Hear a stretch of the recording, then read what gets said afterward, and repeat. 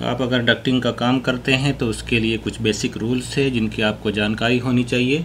इस वीडियो में हम उन्हीं रूल्स को डिस्कस करेंगे। इन टेबल्स को आप ग्रिल और डिफ्यूज़र के क्विक सिलेक्शन के लिए यूज़ कर सकते हैं। इसमें जो पहली टेबल है वो सप्लाई एयर रजिस्टर के लिए है और इस टेबल में पहला कॉलम है ग्रिल के साइज़ के लिए इंचज़ में और दूसरा कॉलम है करस्पॉन्डिंग CFM।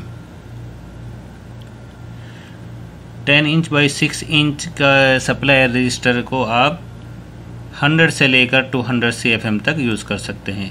इसी तरीके से ग्रिल का साइज़ बढ़ता चला जाएगा नीचे और उसकी करस्पॉन्डिंग CFM बढ़ती चली जाएगी। जैसा कि 20 बाई 10 इंच के सप्लाई एयर रजिस्टर को आप 300 से लेकर 800 CFM तक यूज़ कर सकते हैं। फिर ये दूसरी टेबल है राउंड सीलिंग डिफ्यूज़र के लिए। इसमें भी पहला कॉलम डिफ्यूज़र का साइज़ है इंचज़ में और दूसरे कॉलम में इसकी करस्पॉन्डिंग CFM है। आप देख सकते हैं 6 इंच डायमीटर के राउंड डिफ्यूज़र को आप 60 से लेकर 250 CFM तक यूज़ कर सकते हैं। ये टेबल बार ग्रिल के लिए है। इसमें पहले कॉलम में बार ग्रिल का नॉमिनल विड्थ दी है और दूसरे कॉलम में CFM पर फीट दी है। तो आप bar grill nominal width of 2 inch को 20 से लेकर 100 CFM तक के लिए यूज़ कर सकते हैं। इसी तरीके से बार ग्रिल 4 इंच नॉमिनल विड्थ को आप 50 से लेकर 225 तक यूज़ कर सकते हैं। ये टेबल लीनियर स्लॉट डिफ्यूज़र को सेलेक्ट करने के लिए है। इसमें पहले कॉलम में नंबर ऑफ स्लॉट है और दूसरे कॉलम में CFM पर feet. Slot width normally 1 inch होती है, तो आप एक स्लॉट वाली स्लॉट डिफ्यूज़र को 10 से लेकर 100 CFM तक के लिए यूज़ कर सकते हैं। इसी तरीके से 4 नंबर ऑफ स्लॉट वाले स्लॉट डिफ्यूज़र को आप 40 से लेकर 200 CFM तक यूज़ कर सकते हैं। ये टेबल स्क्वायर सीलिंग डिफ्यूज़र के लिए है। तो स्क्वायर सीलिंग डिफ्यूज़र का अगर साइज़ 6 इंच बाई 6 इंच है तो आप इसे 50 से लेकर 225 CFM तक यूज़ कर सकते हैं और 12 इंच बाई 12 इंच के डिफ्यूज़र को आप 200 से लेकर 800 CFM तक यूज़ कर सकते हैं। इसी तरीके से ये टेबल जेट डिफ्यूज़र को सेलेक्ट करने के लिए है। 8 इंच डायमीटर के साइज़ के जेट डिफ्यूज़र को आप 100 से लेकर 400 CFM तक यूज़ कर सकते हैं। तो इस तरीके से इन टेबल को यूज़ करके आप ग्रिल एंड डिफ्यूज़र को सेलेक्ट कर सकते हैं। इसके बाद हम स्टडी करेंगे डक्ट के लिए सपोर्ट का साइज़ कैसे निकालेंगे और दो सपोर्ट के बीच में स्पेसिंग कैसे सेलेक्ट करेंगे। डक्ट की सपोर्ट सेलेक्ट करने के लिए हम इस मैकना से इस टेबल को यूज़ करते हैं। इसमें पहला कॉलम है maximum half of duct perimeter. Duct perimeter जो डक्ट की चारों साइड होती है उनके जोड़ को हम डक्ट पेरीमीटर कहते हैं।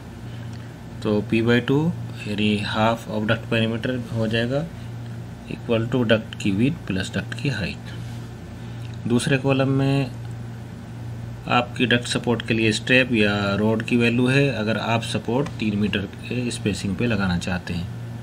तीसरे कॉलम में आप सपोर्ट अगर 2.2 मीटर की स्पेसिंग में लगाना चाहते हैं तो उसमें स्ट्रैप और रोड का साइज़ है। चौथे कॉलम में आप अगर सपोर्ट 1.5 मीटर की स्पेसिंग में लगाना चाहते हैं तो उसके स्ट्रैप या रोड का साइज़ है। और अगर आप सपोर्ट 1.2 मीटर की स्पेसिंग में लगाना चाहते हैं तो इस कॉलम में उसके लिए स्ट्रैप या रोड का साइज़ है। आपके पास अगर डक्ट की विड्थ प्लस हाइट की वैल्यू है 2 मीटर 440 मिलीमीटर और आप सपोर्ट लगाना चाहते हैं 1.5 मीटर के स्पेसिंग में तो आप यहाँ से 1.5 मीटर की स्पेसिंग के कॉलम को सिलेक्ट कर लेंगे। आप अगर स्ट्रैप यूज़ करना चाहते हैं तो आपको इसके लिए स्ट्रैप का साइज़ होगा 25.4 मिलीमीटर और उसकी थिकनेस होनी चाहिए 1 मिलीमीटर। अगर आप उसके लिए रोड यूज़ करना चाहते हैं तो उसकी का जो डाया है 9.5 मिलीमीटर, इसके लिए आप 10 मिलीमीटर की रोड यूज़ कर सकते हैं। हम रोड को दूसरे तरीके से भी सेलेक्ट कर सकते हैं। मान लेते हैं आपके पास कोई डक्ट है और आप उसको जो सपोर्ट लगाना चाहते हैं वो 2.2 मीटर स्पेसिंग पे लगाना चाहते हैं। तो सबसे पहले आप 2.2 मीटर लंबे डक्ट का वेट निकाल लें और जो उसका वज़न आएगा उसको 2 से डिवाइड कर लें। फिर जो 2 से डिवाइड करने के बाद आपके पास उसके वज़न की जो वैल्यू आती है आप उसको यहाँ से चेक कर ले। मान लो आपके पास वो वज़न है 250 kg, तो आप यहाँ से देख सकते हैं 122,308 kg। तो यहाँ से हम 308 kg को सिलेक्ट कर लेंगे और 308 kg के लिए हमारे पास जो रोड का साइज़ है वो है 9.5 मिलीमीटर या 10 मिलीमीटर की रोड यहाँ से हम सेलेक्ट कर लेंगे। राउंड डक्ट के लिए सपोर्ट सेलेक्ट करने के लिए हम ये टेबल यूज़ करते हैं। आपके पास अगर राउंड डक्ट का डाया अप टू 10 इंच है या 250 मिलीमीटर तक, तो आप उसके लिए जो स्पेसिंग है वो 3.7 मीटर रखेंगे और जो रोड यूज़ करेंगे वो 6.4 मिलीमीटर। या आप उसके लिए स्ट्रैप यूज़ कर सकते हैं जिसका 25.4 मिलीमीटर और थिकनेस 0.85 मिलीमीटर। फिर आपके पास अगर राउंड डक्ट का डायामीटर अप टू 460 मिलीमीटर है तो उसके लिए आप रोड यूज़ कर सकते हैं 6.4 मिलीमीटर। इसी तरीके से up to 610 millimetre duct diameter के लिए आप रोड यूज़ कर सकते हैं 6.5 मिलीमीटर। फिर आपके पास अगर राउंड डक्ट का डायमीटर अप टू 900 मिलीमीटर हो जाता है तो उसके लिए आप जो रोड सेलेक्ट करेंगे वो होगी 9.5 मिलीमीटर। आपके पास डक्ट का डायमीटर अगर अप टू 900 मिलीमीटर तक है तो आप उसके लिए सिंगल रोड की सपोर्ट दे सकते हैं। लेकिन आपके पास अगर राउंड डक्ट का डायमीटर 900 से बड़ा है तो आपको उसके लिए 2 रोड वाली सपोर्ट यूज़ करनी पड़ेगी। आपके पास अगर राउंड डक्ट का डायमीटर 900 मिलीमीटर से बड़ा है तो उसके लिए अप टू 2 मीटर 13 सेंटीमीटर के डक्ट डायमीटर तक आप 2 रोड 9.5 मिलीमीटर की यूज़ कर सकते हैं। फिर उसके बाद अप टू 2 मीटर 40 सेंटीमीटर के राउंड डायमीटर के डक्ट तक आप जो है 12 मिलीमीटर की रोड यूज़ कर सकते हैं। रेक्टेंगुलर डक्ट के लिए आप डिफरेंट तरीके की सपोर्ट यूज़ कर सकते हैं। आप उसके लिए स्ट्रैप भी यूज़ कर सकते हैं, लेकिन उसकी लिमिट है आपके पास डक्ट की विड्थ मैक्सिमम 60 इंच होनी चाहिए। और स्ट्रैप आप ऐसे भी लगा सकते हैं, यहाँ पे आप स्क्रू दे सकते हैं या आप इस स्ट्रैप को कंटिन्यू भी कर सकते हैं। दूसरा तरीका है आप उसके लिए रोड यूज़ कर ले या एंगल यूज़ कर ले हैंगिंग के लिए और नीचे एंगल यूज़ कर ले। राउंड डक्ट की सपोर्ट के लिए up to 900 millimetre duct diameter के लिए हम सिंगल रोड यूज़ करते हैं और उसके बड़े साइज़ के लिए डबल रोड। इस टेबल को हम डक्ट की सपोर्ट के लिए एंगल का साइज़ सेलेक्ट करने के लिए यूज़ करते हैं। इस कॉलम से आप एंगल की लेंथ सेलेक्ट कर सकते हैं और यहाँ से एंगल का साइज़ और उसकी थिकनेस। मान लेते हैं आपके पास एक डक्ट है जिसकी विड्थ है 800 मिलीमीटर, तो हम 5-5 सेंटी दोनों तरफ छोड़ते हैं तो हमें जो एंगल चाहिए वो 900 मिलीमीटर की चाहिए। तो यहाँ से हम 900 मिलीमीटर एंगल की लेंथ सेलेक्ट कर लेंगे। फिर मान लेते हैं हमें जो डक्ट की सपोर्ट लगानी है वो 2 मीटर के स्पैन पे लगानी है, तो पहले हम उस 2 मीटर लंबे डक्ट का वेट कैलकुलेट कर लेते हैं। मान लेते हैं जो हमने उसका वेट कैलकुलेट किया है उसकी वैल्यू हमारे पास 270 किलोग्राम आ गई है। तो हम इस रो में 270 तलाश करेंगे। आप देख सकते हैं 222, उसके बाद 281 दो जगह है, तो इनमें से आप कोई भी एंगल सेलेक्ट कर सकते हैं। हम इसमें से ये एक एंगल है 51/3.2 मिलीमीटर, तो ये एंगल सेलेक्ट कर लेते हैं। तो इस डक्ट के लिए जो हमें एंगल चाहिए उसका साइज़ है 51 और उसकी थिकनेस है 3.2 मिलीमीटर। एल्बो के दोनों तरफ आपको मैक्सिमम डिस्टेंस 2 फीट पे एक सपोर्ट देनी है और आपके पास डक्ट में अगर ब्रांच है तो उस ब्रांच के दोनों तरफ भी मैक्सिमम डिस्टेंस 4 फीट पे आपको सपोर्ट देनी है। डक्ट रिड्यूसर्स या ट्रांजिशन पीस। जब हम डक्ट का साइज़ रिड्यूस करते हैं तो उसके लिए रिड्यूसर यूज़ करते हैं, जैसा कि आप इस तस्वीर में देख सकते हैं, लेकिन उसकी कुछ कंडीशन है। अगर एयर फ्लो बड़े साइज़ से छोटे साइज़ की तरफ है, जैसा कि आप इस तस्वीर में देख सकते हैं, तो बड़े साइज़ और छोटे साइज़ के बीच में जो एंगल है आप देख सकते हैं यहाँ पे, इसकी वैल्यू 30 डिग्री से लेकर 45 डिग्री तक होनी चाहिए। या आप ऐसा कर सकते हैं कि अगर आपका बड़े साइज़ और छोटे साइज़ के बीच में 1 इंच का डिफरेंस है तो रिड्यूसर की जो लेंथ है वो कम से कम 4 इंच होनी चाहिए, और अगर आप कर सकते हैं तो बेहतर है 7 इंच रखें। इसी तरीके से अगर आपकी डबल हो जाती है यानी 2 इंच हो जाती है एक की जगह हाइट, तो आप इसको भी डबल कर दें, इसको 8 इंच या 14 इंच कर दें। इसी तरीके से आप डक्ट में अगर रिड्यूसर यूज़ कर रहे हैं लेकिन उसके अंदर एयर फ्लो छोटे साइज़ से लेकर बड़े साइज़ की तरफ है, यानी रिटर्न एयर डक्ट है अगर, तो उसमें जो बड़े साइज़ और छोटे साइज़ के बीच का जो एंगल है उसकी वैल्यू 30 डिग्री होनी चाहिए, इससे ज़्यादा नहीं होनी चाहिए। या आप ऐसा कर सकते हैं कि आपके बड़े साइज़ और छोटे साइज़ के बीच में जो हाइट डिफरेंस है हर 1 इंच के लिए आपको रिड्यूसर की जो लेंथ है वो 7 इंच रखनी चाहिए। अगर आपका ये 2 इंच हाइट हो जाती है तो आप इसको भी डबल करेंगे 14 इंच। अगर आप दो डक्ट के बीच में एक ट्रांजिशन पीस यूज़ कर रहे हैं, यानी जिसका एरिया तो सेम रहता है लेकिन डक्ट की शेप चेंज हो जाती है, तो उसके लिए भी जो एंगल है बड़े साइज़ से छोटे साइज़ के बीच में जो एंगल है उसकी डिग्री 45 से ज़्यादा नहीं होनी चाहिए, या 1 इंच की जो हाइट डिफरेंस है बड़े छोटे साइज़ और बड़े साइज़ के बीच में उसके लिए 4 इंच की लेंथ होनी चाहिए। अगर आप ये 1 की जगह 3 इंच कर देंगे ये हाइट, तो इसकी लेंथ कितनी हो चाहिए, ये भी 3 गुनी 4 3 12, तो ये लेंथ कितनी हो चाहिए 12 इंच। इसे आप ऐसे भी समझ सकते हैं कि हमारे पास एक डक्ट है जिसका साइज़ है 200 बाई 300। हमें इसका एरिया तो सेम रखना है लेकिन इस डक्ट की जो है ना शेप वो चेंज कर देनी है, और जो नई डायमेंशन होगी वो होगी 300 बाई 200। यानी जो पहला डक्ट था उसकी हॉरिजॉन्टल जो साइड थी वो 200 थी और वर्टिकल जो खड़े वाली साइड थी वो 300 थी। अभी जो नई शेप है उसमें हमारे पास जो हॉरिजॉन्टल डायमेंशन है वो 300 हो गई, और जो वर्टिकल यानी खड़ी हुई जो साइड है वो 200 हो गई। तो इसके लिए जो कंडीशन है, जो बड़े वाली साइड और छोटे वाली साइड के बीच का जो एंगल है वो 45 डिग्री से ज़्यादा नहीं होनी चाहिए, या जो हाइट डिफरेंस है बड़े वाली साइड और छोटे वाली साइड के बीच में वो अगर 1 इंच है तो उसके लिए जो ट्रांजिशन पीस है इसकी लेंथ कम से कम 4 इंच होनी चाहिए। अगर ये हाइट डिफरेंस 3 टाइम्स हो जाता है यानी 3 इंच हो जाता है तो इसको भी हम 3 से मल्टीप्लाई कर देंगे, ये कितना हो जाएगा 12 इंच। अच्छा, इसकी कुछ कंडीशन भी है। अगर लो वेलोसिटी है तो ये 45 डिग्री तक जा सकते हैं, लेकिन अगर हमारे पास जो डक्ट है वो हाई वेलोसिटी है तो ये एंगल हम 30 डिग्री से ज़्यादा नहीं रख सकते। यानी उसमें अगर आपके पास 1 इंच हाइट डिफरेंस है तो उसमें जो ये लेंथ होगी ट्रांजिशन पीस की कम से कम 7 इंच होनी चाहिए।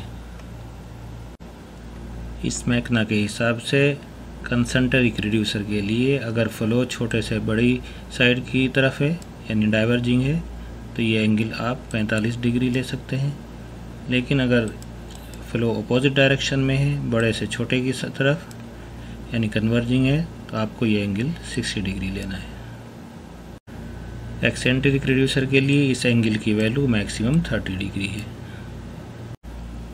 रेक्टेंगुलर एल्बो 3 तरह की होती है। Number 1 full radius elbow, number 2 short radius elbow, number 3 bend square elbow. और एल्बो के अंदर 3 तरह के रेडियस होते हैं, throat radius, heel radius and centre line radius. Elbow की जो इनर साइड होती है उस रेडियस को हम थ्रोट रेडियस बोलते हैं, और एल्बो की जो सेंटर लाइन होती है उस रेडियस को हम सेंटर लाइन रेडियस बोलते हैं, और एल्बो की जो आउटर लाइन होती है उस रेडियस को हम हील रेडियस बोलते हैं। फुल रेडियस एल्बो, इस एल्बो के लिए हमें वैन की ज़रूरत नहीं होती, और इसका जो थ्रोट रेडियस होता है इसकी जो वैन वाली साइड है आप देख सकते हैं डायमेंशन डी, इसका 3/4 टाइम्स होता है, यानी throat radius equal to 3/4 into D.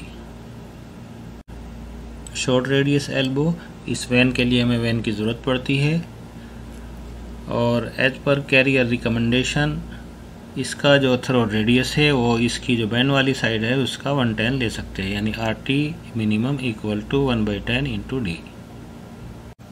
इस मैकना के हिसाब से फुल रेडियस एल्बो के लिए थ्रोट रेडियस इसकी विड्थ के बराबर होता है और इसके लिए किसी वैन की ज़रूरत नहीं पड़ती।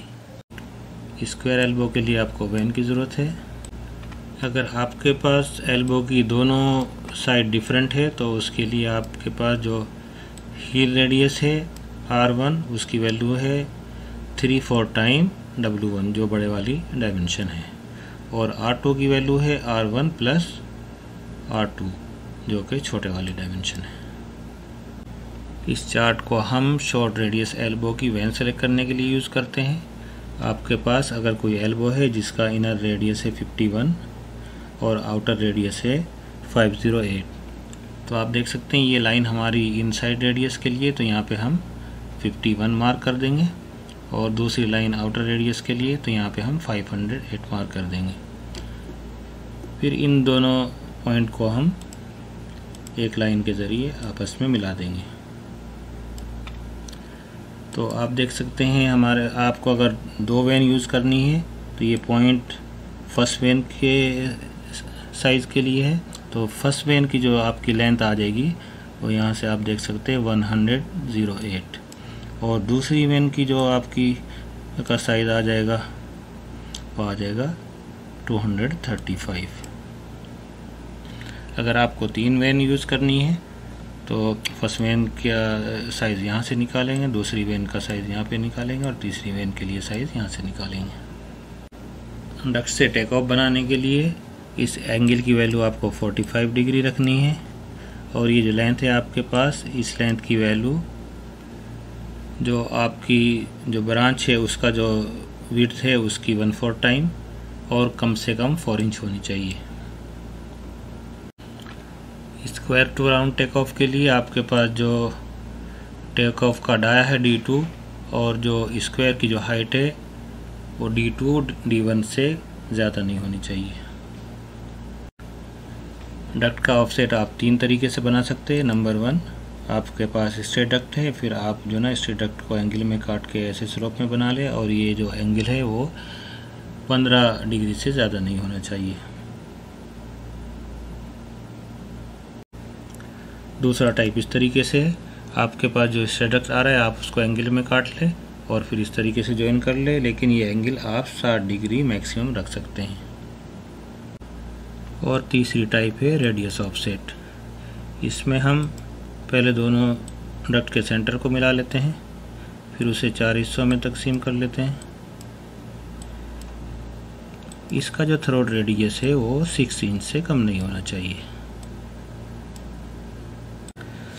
बेल माउथ फैब्रिकेट करने के लिए बेल माउथ का स्ट्रेट पीस कम से कम 1 इंच होना चाहिए, उसके बाद थ्रोट रेडियस कम से कम 1.5 इंच होना चाहिए, और जो बेल माउथ की लेंथ है वो कम से कम 3 इंच होनी चाहिए। जैसे जैसे हम डक्ट के अंदर टेक ऑफ या ग्रिल वगैरह यूज़ करते जाते हैं तो उसके अंदर CFM यानी एयर कम होती चली जाती है, तो उस डक्ट का साइज़ भी कम होता चला जाता है। लेकिन डक्ट का साइज़ हम जब तक कम नहीं करते जब तक नए साइज़ के और उसके बीच में 2 इंच का डिफरेंस ना हो। आप देख सकते हैं इस तस्वीर में एक डक्ट है जिसका साइज़ है 16/14 इंच। जब इसमें हम एक ग्रिल लगा लेते हैं और कुछ एयर से CFM इससे बाहर निकल जाएगी, तो जो बची हुई CFM है उसका साइज़ निकालते हैं, वो साइज़ आता है हमारे पास 16/13 इंच। तो 16/14 इंच और 16/13 इंच के बीच में सिर्फ 1 इंच का डिफरेंस है, तो हम यहाँ पे डक्ट का साइज़ रिड्यूस नहीं करेंगे, सेम डक्ट का साइज़ रखेंगे। फिर इस डक्ट में एक ग्रिल और लगा देंगे, उससे कुछ CFM और बाहर निकल जाएगी, तो जो बची हुई CFM डक्ट के अंदर उसके लिए फिर हम डक्ट का नया साइज़ निकालेंगे, वो साइज़ हमारे पास आएगा 16/12 इंच। उसके बाद आप देख सकते हैं 16/14 इंच और 16/12 इंच के बीच में जो है 2 इंच का साइज़ डिफरेंस है, तो यहाँ पे हम डक्ट का साइज़ रिड्यूस कर देंगे। इसी तरीके से इस डक्ट में जब हम 2 ग्रिल और लगा देंगे तो बची हुई CFM के लिए हम डक्ट का नया साइज़ निकालेंगे, वो होगा 16/10 इंच। इन दोनों साइज़ के बीच में भी 2 इंच का डिफरेंस है, तो यहाँ भी हम डक्ट का साइज़ रिड्यूस कर देंगे। रेक्टेंगुलर डक्ट के लिए ये भी रिकमेंडेशन है कि जहाँ तक मुमकिन हो आप रिडक्शन या इंक्रीमेंट एक साइड में रखें। जैसे कि इस तस्वीर में देख सकते हैं ये डक्ट बॉटम फ्लैट है और रिडक्शन टॉप साइड में है। रेक्टेंगुलर डक्ट के लिए एक ये रिकमेंडेशन भी है कि इसका minimum size 8 inch by 10 inch से कम नहीं होना चाहिए। एस्पेक्ट रेशो क्या होता है? Aspect ratio longest dimension divided by shortest dimension. आप देख सकते हैं इस पिक्चर में एक डक्ट है जिसकी लॉन्गेस्ट डायमेंशन 900 है और शॉर्टेस्ट डायमेंशन 300 है। तो जब हम 900 को 300 से डिवाइड करेंगे तो इस डक्ट की एस्पेक्ट रेशो आ जाएगी जो कि 3:1। दूसरा डक्ट स्क्वायर डक्ट है, इसकी चारों साइडें बराबर है 500/500, तो इसकी एस्पेक्ट रेशो है 1:1। डक्ट की जितनी ज़्यादा एस्पेक्ट रेशो होगी उसके अंदर इतना ज़्यादा प्रेशर ड्रॉप होगा और उसके लिए हमें बड़ा मोटर यूज़ करना पड़ेगा एयर सप्लाई के लिए, और बड़ा मोटर होगा तो पावर सप्लाई भी ज़्यादा लेगा। तो इस तरीके से इसकी इनिशियल कॉस्ट भी ज़्यादा होगी और ऑपरेटिंग कॉस्ट भी। तो इसलिए कोशिश करते हैं कि डक्ट को जितना ज़्यादा हो वो स्क्वायर में रखें, लेकिन फॉल सीलिंग के ऊपर जगह कम होती है तो हम इसलिए रेक्टेंगुलर डक्ट यूज़ करते हैं। डक्ट की एस्पेक्ट रेशो के लिए कोई रूल तो नहीं है, लेकिन हम इसे 4/1 से ज़्यादा यूज़ नहीं करते। डक्ट का एरिया और वज़न कैसे निकालते हैं? डक्ट का एरिया निकालने के लिए कुछ फार्मूले होते हैं जिन्हें यूज़ करके हम डक्ट का एरिया कैलकुलेट कर लेते हैं। इससे डक्ट के लिए ये फार्मूला है area equal to 2 times width plus height into L. Elbow के लिए हमारे पास फार्मूला है area equal to 2 times width plus height into L1 plus L2। With height जो उसकी एल्बो की जो बड़ी डायमेंशन है वो लेते हैं और L1 यहाँ से लेंगे और L2 यहाँ से। इसी तरीके से फार्मूला ऑफसेट का एरिया निकालने के लिए, फिर ये रिड्यूसर का निकालने के लिए है, फिर ये ट्रांजिशन पीस के लिए और आखिर में ये वाई का एरिया कैलकुलेट करने के लिए।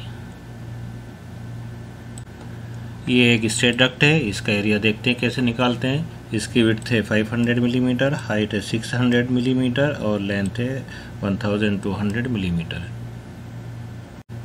स्ट्रेट डक्ट का एरिया निकालने के लिए हमारे पास फार्मूला है area equal to 2 times width plus height into L.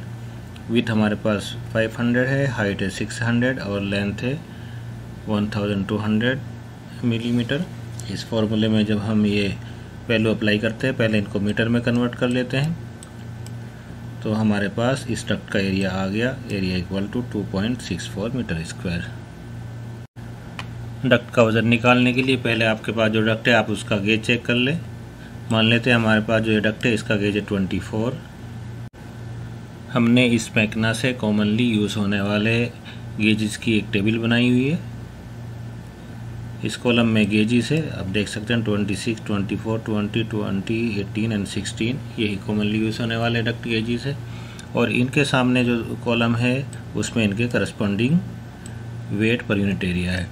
26 gauge के लिए 4.42 किलोग्राम पर मीटर स्क्वायर होता है। हमारे पास जो डक्ट है उसका गेज है 24, तो इसके लिए 5.64 किलोग्राम पर मीटर स्क्वायर इसका यूनिट वेट है। फिर डक्ट का वज़न निकालने के लिए हम ये फार्मूला यूज़ करेंगे, duct weight equal to duct area into weight per unit area. Duct का एरिया हमने कैलकुलेट कर लिया जो कि 2.64 मीटर स्क्वायर है, और टेबल से हमने 24 गेज के लिए wait per unit area select कर लिया जो कि 5.64 किलोग्राम पर मीटर स्क्वायर है। ये वैल्यू जब हम इस फार्मूले में रखते हैं और इनको दोनों में को आपस में मल्टीप्लाई करते हैं तो हमारे पास इस डक्ट का वज़न आ जाता है 14.89 किलोग्राम।